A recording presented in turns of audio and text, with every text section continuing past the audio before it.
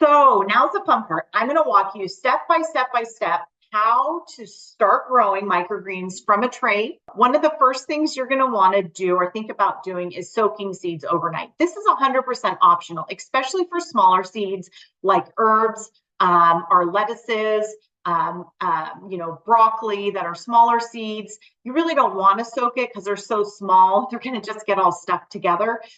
If you do soak like larger seeds, it will help on average, speed up your growing time by about a day. So if you're in a little bit of rush and you're growing seeds that are a little bit larger, soaking might be an option for you. You're then going to want to fill your tray with your growing medium and moisten. So here is a picture of two different trays. Both of them I'm using berry containers as an option.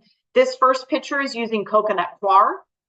With my coconut coir with these berry trays, there are a lot of drainage holes, so I put a paper towel on the bottom so the coconut coir doesn't spill out. And then over here, I used a recycled wood growing medium. So you're going to want to fill your tray with your growing mediums.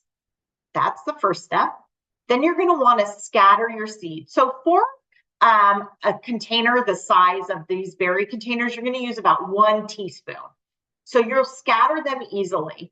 And you could take your spoon and kind of tap, tap, tap, so it slowly gets on.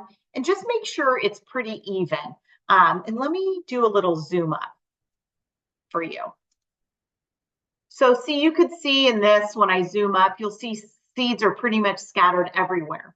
When I did this at our community garden, one of our community gardens up in Concord that our program supports, this participant was asking me, did I sprinkle enough seeds? And so I told her, you know what, it looks like you're missing some space around the edge. So I had her grow back and fill in those kind of blank and empty spaces. So the key is just kind of evenly distribute those seeds.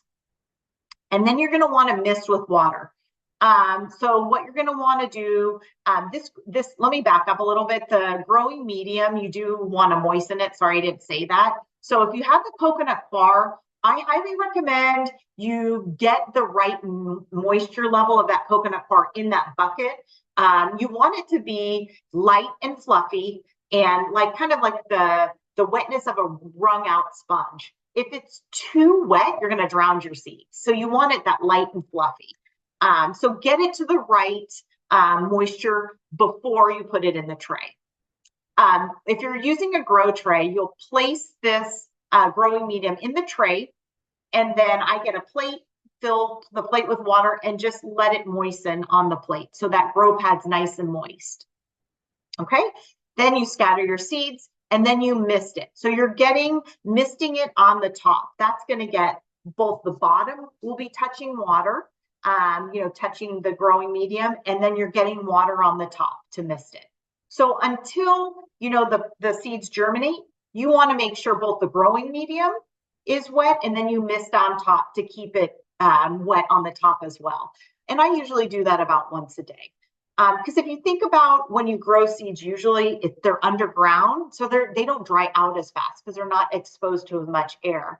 With microgreens, you're growing it on the top of a surface, so they will be drying out a little bit more quickly. So you just want to make sure until they're germinated that medium is nice and moist and that you spray the top. Then you'll cover and germinate until they germinate. So for these type of containers that have a lid, you'll just slowly shut the lid. If you do it too fast, I've noticed seeds kind of bounce. If you don't have a container, that's okay, like that with a lid. For my hydroponic, I just take a piece of foil and I put it over the top of the container, and I poke holes for air circulation. So you could see here that it's starting to germinate. And you really want to make sure, take a look, look at your seeds, are they all germinated? If they're not all germinated, cover and wait another day or two.